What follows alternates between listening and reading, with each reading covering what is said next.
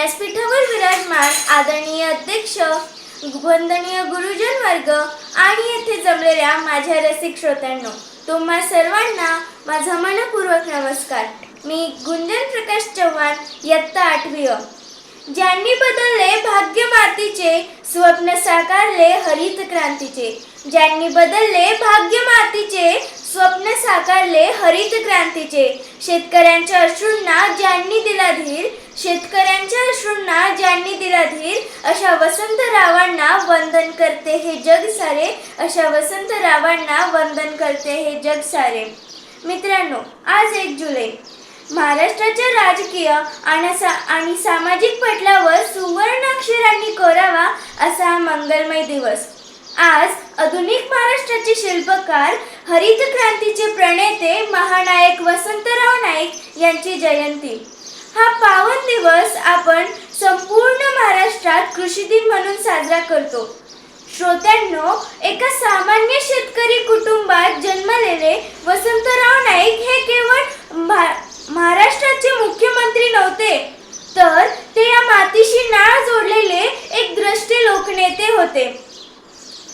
प्रतिकूलतेच्या अंधारातून मार्ग काढत त्यांनी तब्बल 11 वर्षे महाराष्ट्राच्या प्रगतीची धुरा अत्यंत समर्थपणे सांभाळली.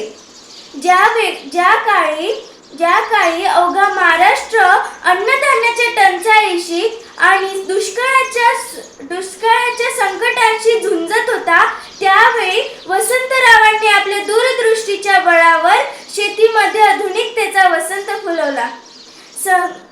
गावोगावी जाऊन संकरित बियाण्यांची गंगा पोचवून त्यांनी महाराष्ट्राला अन्नधान्याच्या बाबतीत स्वयंपूर्ण केले.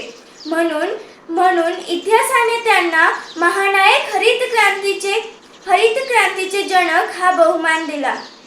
मित्रांनो, दुष्काळाच्या छातीवर पाय रोवून उभा राहणाऱ्या बळीराजाला आणि मजुरांना त्यांनी रोजगार हमी योजनेच्या रूपाने खरा जगण्याचा अधिकार मिळवून दिला. शेतीचा विकास म्हणजेच देशाचा खरा विकास हा उदात्त विचार त्यांनी आपल्या कार्यातून जिवंत केला. भाषणाच्या शेवटी मी एकच म्हणते की महाराष्ट्राच्या मातीला ज्यांनी समृद्धीचा रंग दिला, महाराष्ट्राच्या मातीला ज्यांनी समृद्धीचा रंग दिला, अशा या महानायकाला आज माझा मानाचा मुजरा लाभला.